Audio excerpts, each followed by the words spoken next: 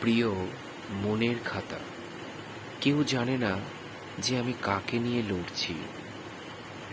কেউ জানে না যে আমি কতটা ভাঙছি।